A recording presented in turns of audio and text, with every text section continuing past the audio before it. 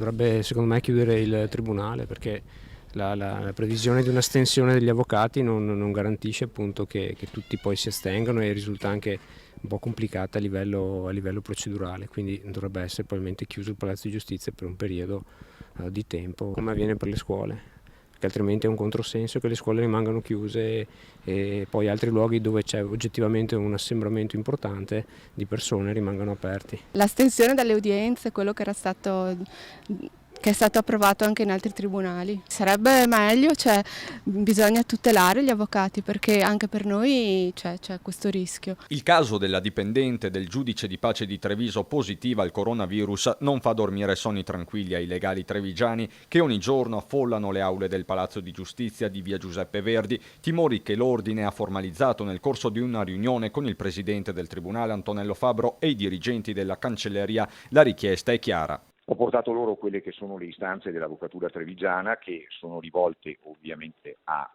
che tendono ad ottenere un provvedimento quantomeno di rinvio generalizzato delle udienze che consenta quindi di rarefare per così dire la partecipazione e l'accesso al tribunale. La parola quindi va al presidente Fabbro che potrebbe quindi inasprire le misure già prese come la chiusura fino a lunedì 9 degli uffici del giudice di pace e c'è chi chiede anche la sanificazione delle aule. Sono sempre molto affollate e quindi penso che sia anche opportuno una sanificazione dell'ambiente prima dell'eventuale ripresa delle attività ordinarie, nell'interesse di tutti, dei cittadini soprattutto, del personale che lavora in tribunale e anche di noi avvocati.